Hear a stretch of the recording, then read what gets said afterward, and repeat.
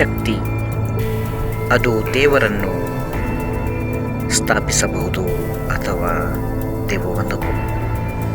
ಆದರೆ ಶಕ್ತಿ ಯಾವಾಗ ವ್ಯಕ್ತಿಯ ಬುದ್ಧಿಯನ್ನು ಅಂದಗೊಳಿಸುತ್ತದೋ ಆಗ ಅವನಿಂದ ನಾಶವೇ ಹುಟ್ಟುತ್ತದೆ.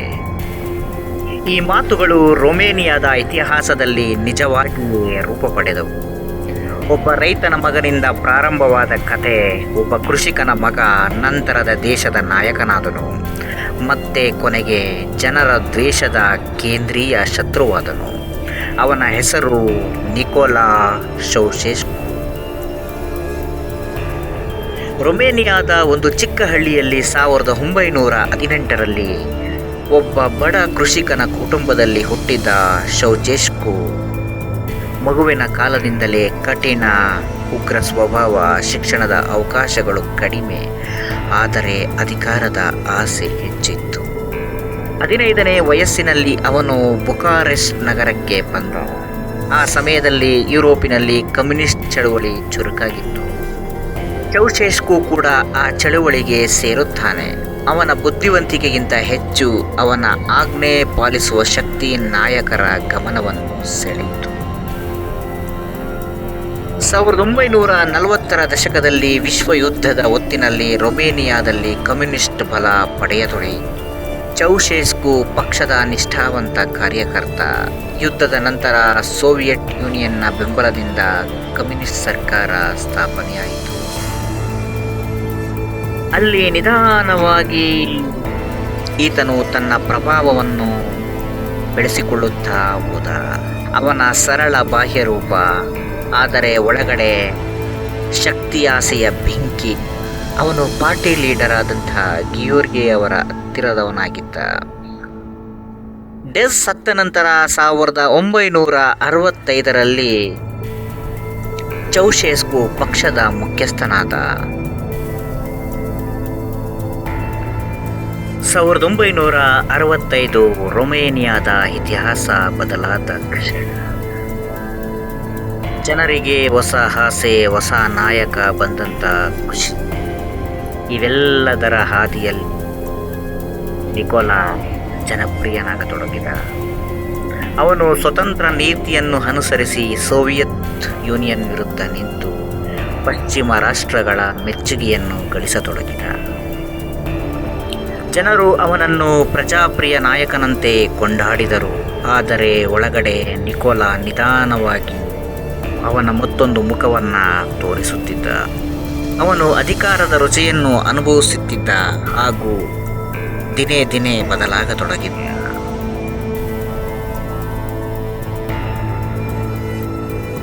ನಿಕೋಲಾನ ಪತ್ನಿ ಎಲೆನಾ ಕೂಡ ರಾಜಕಾರಣದ ಹಾದಿಯನ್ನು ಹಿಡಿದಳು. ದಂಪತಿಗಳು ಇಬ್ಬರೂ ಸೇರಿ ದೇಶದ ಪ್ರತಿಯೊಂದು ಇಲಾಖೆಯ ಮೇಲೆ ಹಿಡಿತರು. ಎಲೆನಾ ತನ್ನನ್ನು ರೊಮೇನಿಯಾದ ತಾಯಿ ಎಂದು ಕರೆಸಿಕೊಂಡಳು.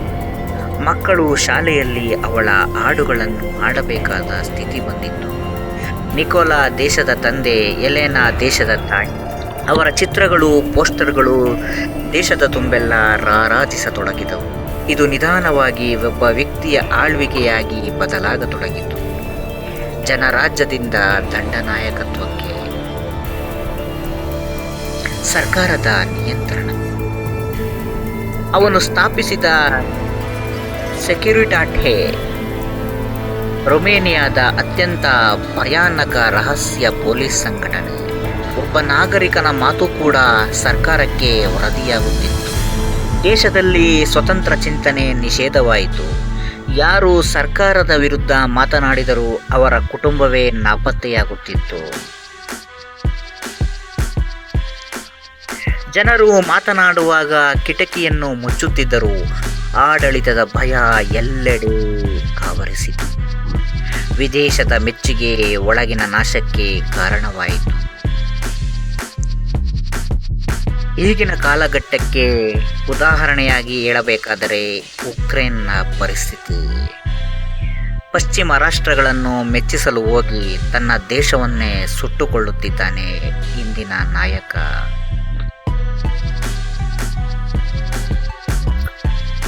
ಆದರೆ ಹೊರಗಿನ ಜಗತ್ತಿಗೆ ನಿಕೋಲಾ ಒಬ್ಬ ಧೀರ ನಾಯಕನಂತೆ ಕಾಣುತ್ತಿದ್ದ. ಅವನ ವಿದೇಶಿ ಪ್ರವಾಸಗಳು, ಪಶ್ಚಿಮ ದೇಶಗಳೊಂದಿಗೆ ಸ್ನೇಹ ಮತ್ತು ಸೋವಿಯತ್ ವಿರುದ್ಧ ನಿಂತ ಧೈರ್ಯ ಇವು ಅವನಿಗೆ ಹೀರೋ ಇಮೇಜನ್ನು ನೀಡಿದವು.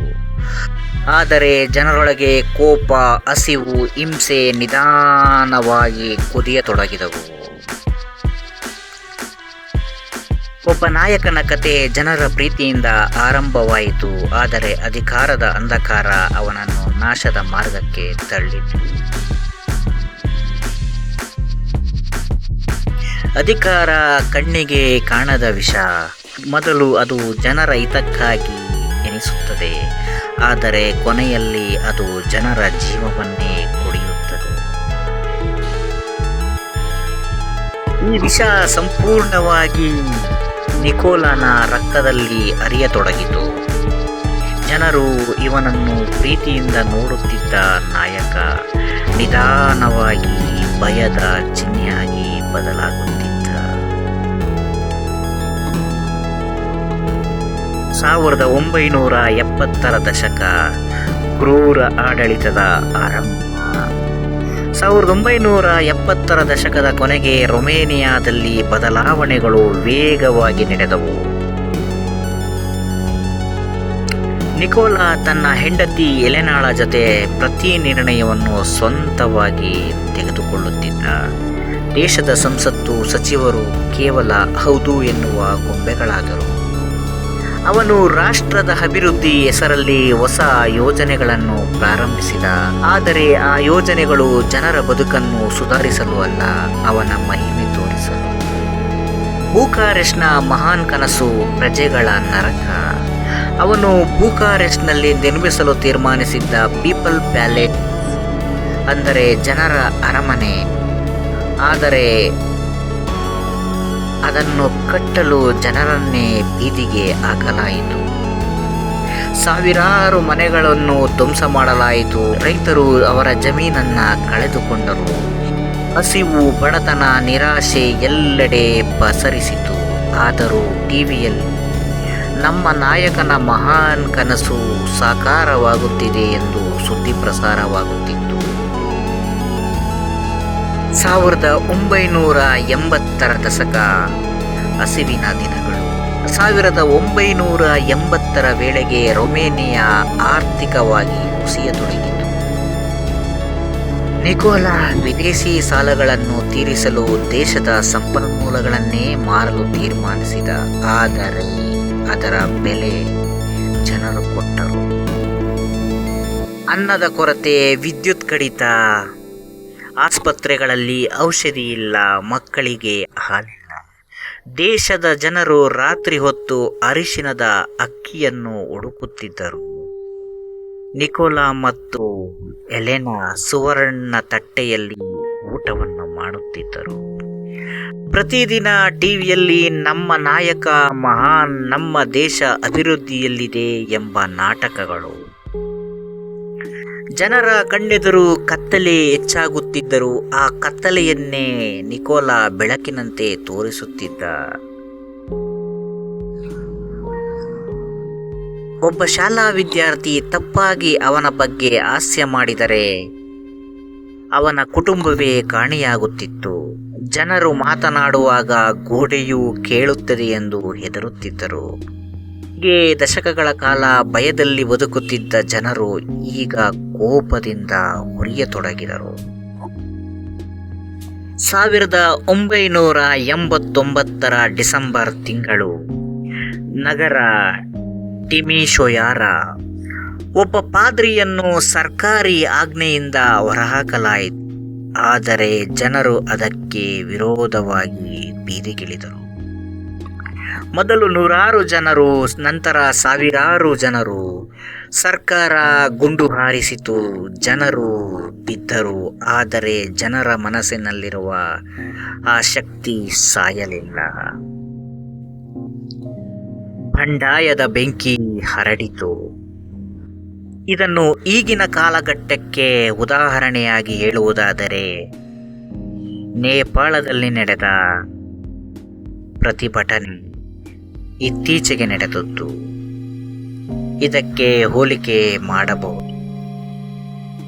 ಟಿಮಿಶೋಯಾರದ ನಗರದ ಕಿಡಿ ಶೀಘ್ರವೇ ಬುಕಾರೆಸ್ಟ್ ನಗರವನ್ನು ತಲುಪಿತು. ದೇಶದ ಸೈನಿಕರೂ ಕೂಡ ವಿಭಜಿತರಾದರು. ಕೆಲವರು ಸರ್ಕಾರದ ಪರ, ಕೆಲವರು ಜನಪರ. ನಿಕೋಲಾ ಈ ಬಂಡಾಯವನ್ನು ನಿಲ್ಲಿಸಲು ಬುಕಾರೆಸ್ಟ್ನ ಕೇಂದ್ರದಲ್ಲಿ ದೊಡ್ಡ ಜನಸಮಾವೇಶವನ್ನು ಕರೆದರು.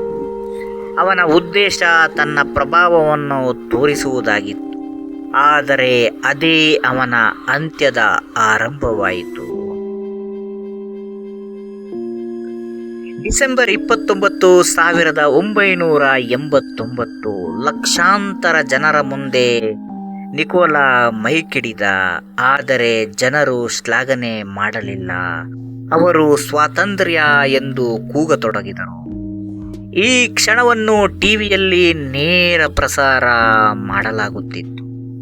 ನಿಕೋಲಾನ ಮುಖದಲ್ಲಿ ಕಂಡ ಗೊಂದಲ, ಭಯ ಅವನ ಜೀವನದ ಮೊದಲ ಸೋಲು.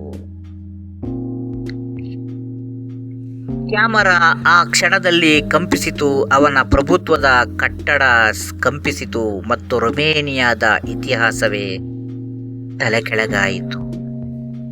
ಜನರ ಕಣ್ಣೀರಿನಿಂದ ನಿರ್ಮಿಸಿದ ಸಾಮ್ರಾಜ್ಯ ಜನರ ಕೋಪದಿಂದಲೇ ಸುಟ್ಟು ಕರಕಲಾಯಿತು.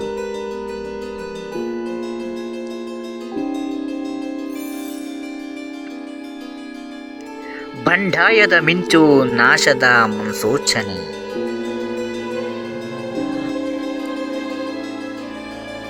ಶಕ್ತಿ ಎಂದರೆ ಶಾಶ್ವತವಲ್ಲ. ನಿಜದ ಮುಂದೆ ಅದು ಒಂದೇ ಕ್ಷಣದಲ್ಲಿ ಕುಸಿದು ಬಿಡುತ್ತದೆ. ರೊಮೇನಿಯಾದ ಬೀದಿಗಳಲ್ಲಿ ಈಗ ಜನರ ಕೋಪ ಭಯದ ಬದಲು ಧೈರ್ಯವಾಗಿದೆ. ನಿಕೋಲಾ ತನ್ನ ಕೋಟೆಯೊಳಗೆ ಸಿಕ್ಕಿಬಿದ್ದ ಹುಲಿ. ಜನರ ಕೂಗಾಟ ಈಗ ಗೋಡೆಗಳನ್ನೇ ಕದಿಯುತ್ತಿದ್ದ. ಡೌನ್ ವಿತ್ ಚೌಶೆಸ್ಕು, ಅವನ ಹೆಸರು ಈಗ ಶಾಪದಂತಾಗಿತ್ತು. 1989 ಡಿಸೆಂಬರ್ 20 ಬೆಳಿಗ್ಗೆ ನಿಕೋಲಾ ತನ್ನ ಹೆಂಡತಿ ಎಲೆನಾಳೊಂದಿಗೆ ಹೆಲಿಕಾಪ್ಟರ್ನಲ್ಲಿ ಓಡಿ ಬುಕಾರೆಸ್ಟ್ನಿಂದ ದೂರದ ಪ್ರದೇಶಕ್ಕೆ ಪಲಾಯನವಾದ. ಆದರೆ ಎಲ್ಲೆಡೆ ಬಂಡಾಯದ ಬೆಂಕಿ ಹರಡಿತು. ಸೈನಿಕರು, ಪೊಲೀಸರು ಎಲ್ಲರೂ ಜನರ ಪರವಾಗಿ ನಿಂತರು. ಅವನು ಓಡುತ್ತಿದ್ದ, ಆದರೆ ತನ್ನ ನೆರಳಿನಿಂದಲೂ ತಪ್ಪಿಸಿಕೊಳ್ಳಲು ಆಗುತ್ತಿರಲಿಲ್ಲ. ಬಂಧನ, ಕೊನೆಯ ಕ್ಷಣದ ಪತನ. ಕೆಲ ಗಂಟೆಗಳ ನಂತರ ಒಂದು ಚಿಕ್ಕ ಪಟ್ಟಣದಲ್ಲಿ ಟ್ರೋಗ್ವಿಸ್ಟೆ, ನಿಕೋಲಾ ಮತ್ತು ಎಲೆನಾಳನ್ನು ಹಿಡಿಯಲ್ಪಟ್ಟರು. ಅವರು ಸೈನಿಕರು ಒಂದು ಸೇನಾ ಕಟ್ಟಡದೊಳಗೆ ಕರೆದೊಯ್ದರು. ಅವರು ಇನ್ನೂ ನಂಬುತ್ತಿದ್ದರು, ಇದು ತಾತ್ಕಾಲಿಕ, ನಾನು ಮತ್ತೆ ಅಧಿಕಾರಕ್ಕೆ ಬರುತ್ತೇನೆ. ಆದರೆ ಇತಿಹಾಸ ಅವರಿಗೆ ಇನ್ನೊಂದು ಯೋಜನೆಯನ್ನು ಮಾಡಿತ್ತು. ತುರ್ತು ನ್ಯಾಯಾಲಯ, ಕೇವಲ 55 ನಿಮಿಷಗಳು. ಡಿಸೆಂಬರ್ 25, 1989 ಕ್ರಿಸ್ಮಸ್ ದಿನ. ಜನರು ಉಡುಗೊರೆಗಳಿಗೋಸ್ಕರ ಕಾಯುತ್ತಿದ್ದರೆ ರೊಮೇನಿಯಾ ಕಾಯುತ್ತಿತ್ತು ನ್ಯಾಯದ ಉಡುಗೊರೆಗಾಗಿ. ಸೈನಿಕ ನ್ಯಾಯಾಲಯವು ನಿಕೋಲಾ ಮತ್ತು ಎಲೆನಾಳ ಮುಂದೆ ಕುಳಿತಿತ್ತು. ಆರೋಪಗಳು: ಜನಾಂಗ ಹತ್ಯೆ, ದೇಶದ ಸಂಪತ್ತಿನ ಕಳವು, ಅಧಿಕಾರ ದುರುಪಯೋಗ, ರಾಷ್ಟ್ರದ ಆರ್ಥಿಕ ನಾಶ. ನಿಕೋಲಾ ಚೌಚೆಸ್ಕು ಕೂಗಿದ, ನಾನು ರೊಮೇನಿಯಾದ ಅಧ್ಯಕ್ಷ, ನೀವು ನನ್ನ ಮೇಲೆ ನ್ಯಾಯಾಲಯ ಹೇಗೆ ಹಾಕಬಹುದು? ಆದರೆ ನ್ಯಾಯಾಧೀಶರು ಹೇಳಿದರು, ಇದೀಗ ಜನರ ತೀರ್ಪು, ನ್ಯಾಯ ಪ್ರಕ್ರಿಯೆ ಕೇವಲ 55 ನಿಮಿಷ ನಡೆಯಿತು. ತೀರ್ಪು ಮರಣದಂಡನೆ, ಜೀವಂತ ದಂಡನೆ. ವಿಶ್ವವನ್ನು ಬೆಚ್ಚುಗೊಳಿಸಿದ ಕ್ಷಣ. ಅವರ ಕಣ್ಣುಗಳಿಗೆ ಕಪ್ಪು ಬಟ್ಟೆ ಕಟ್ಟಲಾಯಿತು. ಎಲೆನಾ ಅತ್ತಳು, ನಮ್ಮ ಮೇಲೆ ಈ ಕೃತ್ಯ ಮಾಡಬೇಡಿ. ಆದರೆ ಸೈನಿಕರು ಮೌನವಾಗಿದ್ದರು. ಕಮಾಂಡ್ ಬಂದ ತಕ್ಷಣ ಫೈರ್. ಗುಂಡುಗಳು ಮಳೆಹನಿಯಂತೆ ಸುರಿದವು. ಕೇವಲ ಕೆಲ ಸೆಕೆಂಡುಗಳಲ್ಲೇ ರೊಮೇನಿಯಾದ ಕ್ರೂರ ದಂಡನಾಯಕನ ಅಧ್ಯಾಯ ಮುಗಿದಿತ್ತು. ಸಮಯ 12:08 ಮಧ್ಯಾಹ್ನ. ಡಿಸೆಂಬರ್ 25, 1989. ಟೆಲಿವಿಷನ್ನ ಪ್ರಸಾರ. ವಿಶ್ವದ ಮುಂದೆ ಸತ್ಯ. ದಂಡನೆಯ ನಂತರ ನಿಕೋಲಾ ಮತ್ತು ಎಲೆನಾನ ದೇಹಗಳನ್ನು ಕ್ಯಾಮರಾದಲ್ಲಿ ಚಿತ್ರಿಸಲಾಯಿತು. ಈ ದೃಶ್ಯಗಳನ್ನು ಕೆಲವೇ ಗಂಟೆಗಳಲ್ಲಿ ರೊಮೇನಿಯಾ ಟಿವಿಯಲ್ಲಿ ಪ್ರಸಾರ ಮಾಡಲಾಯಿತು. ಜನರು ಅತ್ತರು, ಕೆಲವರು ಸಂತೋಷದಿಂದ, ಕೆಲವರು ಭಯದಿಂದ, ಏಕೆಂದರೆ 24 ವರ್ಷಗಳ ದಮನದ ನಂತರ ರೊಮೇನಿಯಾ ಮತ್ತೆ ಸ್ವತಂತ್ರವಾಯಿತು. ಆದರೆ ಇದು ಕಥೆಯ ಕೊನೆಯಲ್ಲ. ರೊಮೇನಿಯಾ ಹೊಸ ಸರ್ಕಾರದ ಹಾದಿ ಹಿಡಿತ. ಜನರು ನಿಧಾನವಾಗಿ ಸ್ವಾತಂತ್ರ್ಯದ ಅರ್ಥವನ್ನು ಕಲಿಯತೊಡಗಿದರು. ಆದರೆ ನಿಕೋಲಾನ ಆಳ್ವಿಕೆಯ ಗಾಯಗಳು ಇನ್ನೂ ದೇಶದ ಮನಸ್ಸಿನಲ್ಲಿ ಜೀವಂತವಾಗಿವೆ. ಒಬ್ಬ ನಾಯಕ ಜನರ ಪ್ರೀತಿಯನ್ನು ಕಳೆದುಕೊಂಡಾಗ ಅವನೆಂದಿಗೂ ರಾಜನಾಗಲಾರ.